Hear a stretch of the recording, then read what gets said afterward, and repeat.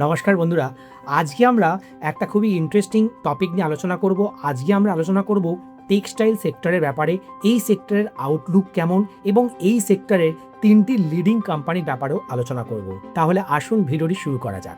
Upcoming US India huge mega trade deal.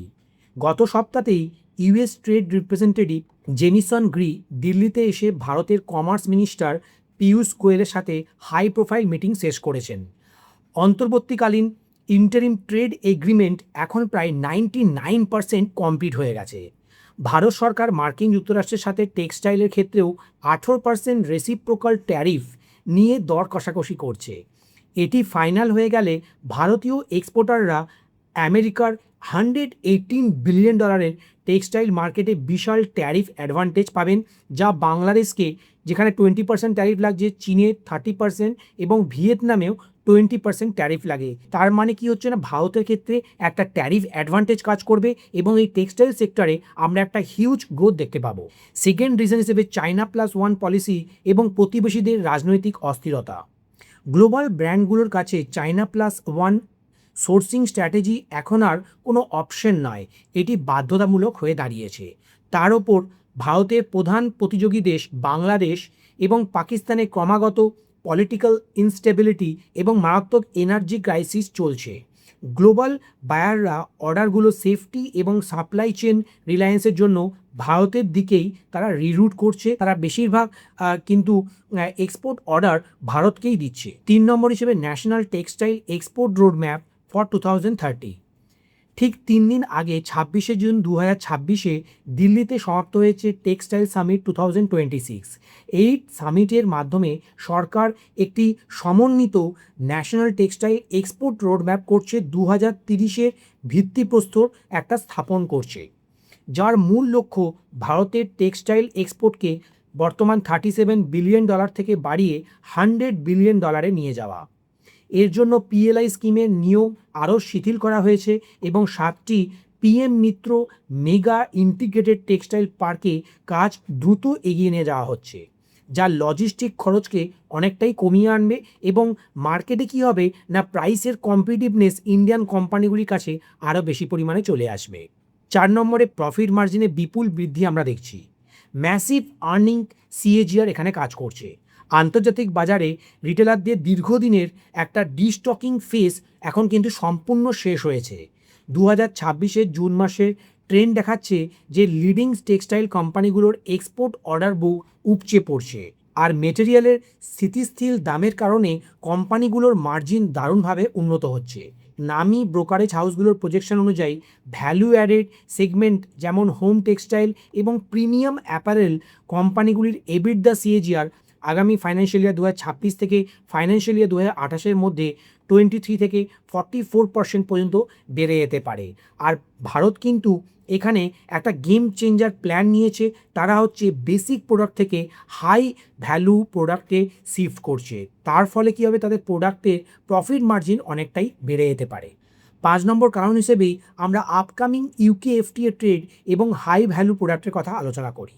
Bharat এখন কম মার্জিনের সাধারণ cotton, yarn বা সুতোর উপর নির্ভরতা কমিয়ে হাই মার্জিন ম্যানমেড ফাইবার্স এবং টেকনিক্যাল টেক্সটাইলস যেমন অটোমোটিভ বা মেডিকেল টেক্সটাইলের দিকে শিফট করছে। পাশাপাশি আগামী 15 জুলাই 2026 থেকে কার্যকর হতে চলা ইন্ডিয়া ইউকে এফটিএ বা সিইটিএ চুক্তি ভারতীয় গার্মেন্টসের জন্য ব্রিটেনের বাজারে সম্পূর্ণ শুল্ক মুক্ত জিরো ডিউটি প্রবেশাধিকার এনে দেবে, যা এক্সপোর্ট ভলিউমকে এক ধাক্কায় অনেকটাই বাড়িয়ে দেবে। এখন আপনার জন্য ইনভেস্টমেন্টের জন্য 3টি কোম্পানির ব্যাপারে আলোচনা করব, তবে এই আলোচনাটাকে সম্পূর্ণ আপনারা এডুকেশনাল পারপাসে নেবেন, এটিকে কোনো রকমের ইনভেস্টমেন্ট অ্যাডভাইস বা টিপস হিসেবে নেবেন না। প্রথম আমার পছন্দের কোম্পানি হচ্ছে পার্ল গ্লোবাল ইন্ডাস্ট্রিজ লিমিটেড। এর মার্কেট ক্যাপ অলমোস্ট 10,000 crore। এখানে আরওসি এবং আরওই খুবই হেলদি। কোম্পানির dividend yield 0.70। Industry P25 industry P থেকে কিছুটা হায়ার ভ্যালুয়েশনে ট্রেড করছে, কারণ কোম্পানির গ্রোথ রেট কিন্তু এখানে সলিড। কোম্পানির পেগ রেশিও খুবই হেলদি 1.32। কোম্পানির প্রাইস টু সেলস 1.90, এটাও কিন্তু হেলদি। কোম্পানির শেয়ার প্রাইস দেখুন এখন কিন্তু অল টাইম হাইতেই ট্রেড করছে। তারা সম্পূর্ণ ব্রেকআউট দিয়েছে তাদের শেয়ার প্রাইসে। কোম্পানির কোয়ার্টারলি পারফরমেন্স যদি দেখি, তারা কিন্তু কনসিস্টেন্টলি তাদের সেলসকে বাড়িয়েই চলেছে এবং প্রফিটও কিন্তু আমরা একটা কনসিস্টেন্ট পারফরমেন্স দেখতে পাচ্ছি। ইয়ারলি পারফরমেন্স দেখুন, গত 3 বছর 5 বছরে সেলস কিন্তু খুবই হেলদি রেটে গ্রো করছে এবং প্রফিট কিন্তু আউটস্ট্যান্ডিং রেটে গ্রো করছে। সেই জন্যই শেয়ার প্রাইসে আমরা এত বেশি আপসাইড দেখেছি গত 3 থেকে 5 বছরে। কোম্পানি রিটার্ন অন ইকুইটি বেশ হেলদি, এখানে 20%-এর বেশি আরোই দেখাচ্ছে। কোম্পানির ব্যালেন্স শিট দেখুন, এখানে ইকুইটি ক্যাপিটাল 23 করোড়, ইকুইটিকে খুব বেশি ডাইলিউট করেনি। কোম্পানির রিজার্ভ বেশ হেলদি 1437 করোড়। কোম্পানির বরোয়িংস, এখানে লং টার্ম বরোয়িং 100 করোড় এবং short term borrowings 580 crore. Company কিন্তু ফ্রি ক্যাশ ফ্লো খুবই হেলদি, এখানে এখানে প্রফিট ফ্রম অপারেশন দেখুন অলমোস্ট 550 করোড়। তার মানে কোম্পানি এখানে একটা প্রফিট জেনারেট করছে, তারা ক্যাশ জেনারেট করছে, সেই জন্য এই কোম্পানিটি আমার খুবই পছন্দের। Company return on capital employed এখানে খুবই হেলদি 19%।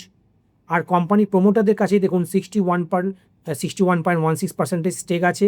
এফআইআই কিন্তু এখানে স্টেক কিছুটা বাড়িয়েছে এবং মিউচুয়াল ফান্ডও স্টেক এখানে বাড়িয়েছে। এরপর আরেকটি খুবই পুরনো কোম্পানি আরবিন্দ লিমিটেড নিয়ে আলোচনা করি। এই আরবিন্দ লিমিটেডের মার্কেট ক্যাপ 14,000 করোড়। কোম্পানির পি খুবই হেলদি 33 টাইমসে ট্রেড করছে। পেগ রেশিও 5.49, কিছুটা হায়ার সাইডে আছে। কোম্পানির প্রাইস টু সেলস এখানে খুবই ফেভারেবল 1.54 টাইমস। Dividend yield 0.69%। কোম্পানির শেয়ার প্রাইস দেখুন এখানে অল টাইম হাইতে ট্রেড করছে। আর কোম্পানির কোয়ার্টারলি পারফরমেন্সে আমরা এখানে একটা পজিটিভ আপটেক দেখতে পাচ্ছি। কোম্পানির প্রফিট মার্জিন এখানে হেলদি রেটে গ্রো করছে। কোম্পানির নেট প্রফিটও আমরা একটা পজিটিভ মোমেন্টাম দেখতে পাচ্ছি। আর ইয়ারলি পারফরমেন্স যদি দেখি, কোম্পানির সেলস গ্রোথে আমরা ট্রেলিং 12 মান্থে 12%-এর জাম্প দেখছি। প্রফিটেও দেখুন 25%-এর আপসাইড দেখতে পাচ্ছি। সেই জন্যই শেয়ার প্রাইস 50% বেড়েছে গত 1 বছরে। কোম্পানির রিজার্ভ খুবই হেলদি 3,782 কোটি টাকা। কোম্পানির ইকুইটি ক্যাপিটাল 262 করোড়। আর কোম্পানির ক্যাশ ফ্লো কিন্তু পজিটিভ জেনারেট করছে। এখানে ক্যাশ ফ্রম অপারেটিং অ্যাক্টিভিটি থেকে দেখুন অলমোস্ট 1,000 করোড় তারা প্রফিট ফ্রম অপারেশন থেকে জেনারেট করতে পারছে। Company return on capital employed 14%-এ ট্রেড করছে। কোম্পানির প্রোমোটারের কাছে 40%-এর স্টেক আছে। আর এখানে এফআইআই কিন্তু স্টেক কিছুটা কমিয়েছে, কিন্তু মিউচুয়াল ফান্ড স্টেক এখানে গত মার্চ কোয়ার্টারে বাড়িয়েছে। এরপরে এই সেক্টরের কিং লিডিং কোম্পানি কেপিআর মিল নিয়ে আলোচনা করি। এই কোম্পানিটা একটি ডাইভার্সিফাইড কোম্পানি, তবে এদের মেজর বিজনেসের বেশিরভাগ টার্নওভার কিন্তু এরা টেক্সটাইল সেক্টর থেকেই করে থাকে। KPR Mill is engaged in one of the largest vertically integrated apparel manufacturing companies in India. The company produces yarn, knitted fabric, readymade garments and wind power. Company market cap 40,000 crore. Company return on capital employed এবং ROE industry leading. Company dividend yield 0.42%। Company debt to equity খুবই healthy 0.10। Price to sales 6 টাইমসে trade করছে। Company cash flow from operation EBITDA রেসপেক্টে 38 টাইমসে trade করছে। কোম্পানির forward P দেখুন এখানে 44 Times. আর peg ratio কিছুটা higher সাইডে আছে। কোম্পানির শেয়ার প্রাইসও দেখুন এখন অল টাইম হাইয়ের কাছাকাছি ট্রেড করছে। তারা অল টাইম হাইতে এখনও ব্রেকআউট দেয়নি, তাই আমার ধারণা খুব শিগগিরই কিন্তু অল টাইম হাই টাচ করে যাবে। আর এদের কোয়ার্টারলি পারফরমেন্স যদি আমরা দেখি, এখানে একটা পজিটিভ আউটলুক দেখতে পাচ্ছি। কোম্পানির প্রফিট মার্জিন কিন্তু 20%-এ এরা মেনটেন করছে। নেট প্রফিট দেখুন কিছুটা বেড়েছে 227 করোড় হয়েছে মার্চ কোয়ার্টারে। আর কোম্পানি যদি আমি ইয়ারলি পারফরমেন্স দেখি, এখানে কিন্তু আমরা দেখতে পাচ্ছি যে বিগত 3 বছর এবং কারেন্ট ইয়ারও খুব বেশি সেলসে গ্রোথ দেখিনি এবং প্রফিটও খুব বেশি বাড়েনি। কিন্তু এখন যেহেতু সেক্টরের আউটলুক চেঞ্জ হচ্ছে, তাই আগামী দিনে এই কেপিআর মিলসের টার্নওভার এবং প্রফিটে আমরা অনেক বেশি আপসাইড দেখতে পারি। সেই জন্য এই কোম্পানিটিকে আপনারা ওয়াচলিস্টে অবশ্যই রাখবেন। কোম্পানির রিটার্ন অন ইকুইটি খুবই হেলদি। ইকুইটি ক্যাপিটাল দেখুন মাত্র 34 কোটি টাকার। কোম্পানির কাছে হিউজ রিজার্ভ আছে 5,663 কোটি টাকার।